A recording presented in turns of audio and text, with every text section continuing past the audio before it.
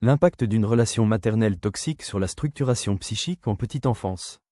La petite enfance constitue une période cruciale pour la structuration du psychisme. Dans ce processus, la figure maternelle, en tant que premier objet d'attachement, joue un rôle déterminant dans la construction du moi et des bases de la sécurité intérieure.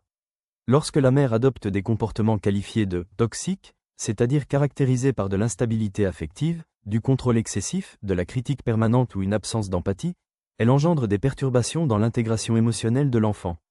Selon les travaux de Bowlby et de Winnicott, l'enfant a besoin d'un environnement suffisamment bon pour développer une base de sécurité intérieure. Une mère toxique empêche cette élaboration en créant des contradictions affectives permanentes, génératrices d'angoisse et de confusion identitaire.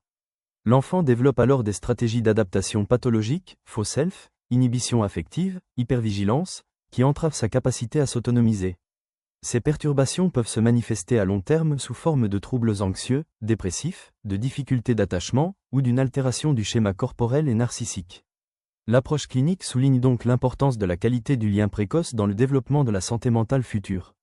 L'ombre maternelle. Dans le silence feutré de la petite enfance, là où chaque regard maternel sculpte l'âme naissante, une ombre peut s'installer. Celle d'une mère qui, au lieu de bercer, oppresse. Qui, au lieu d'aimer, exige. Qui, au lieu de nourrir, vide. La mère toxique n'est pas toujours bruyante. Parfois, c'est dans un murmure qu'elle instille le doute, dans une caresse qu'elle confisque l'espace d'exister. L'enfant, encore frêle esquisse d'humanité, s'adapte à cette dissonance comme il le peut. Il devient ce qu'on attend, il se tait, il se plie. Il construit un monde intérieur de méfiance, d'illusion et d'absence. Là où devrait grandir la confiance, s'érige un mur d'angoisse. Et l'adulte qu'il deviendra marchera longtemps avec cette voix dans sa tête, celle qui juge, celle qui rabaisse, celle qui aime à condition. Mais parfois, dans le fracas d'une prise de conscience, l'enfant blessé se redresse. Il reconnaît l'origine du mal, et, dans cette lucidité, commence enfin à écrire sa propre mélodie. Quand la mère fait mal sans le voir. Quand tu es petit, ta mère, c'est tout. Son regard devient ton miroir, son amour te dit si tu mérites d'exister.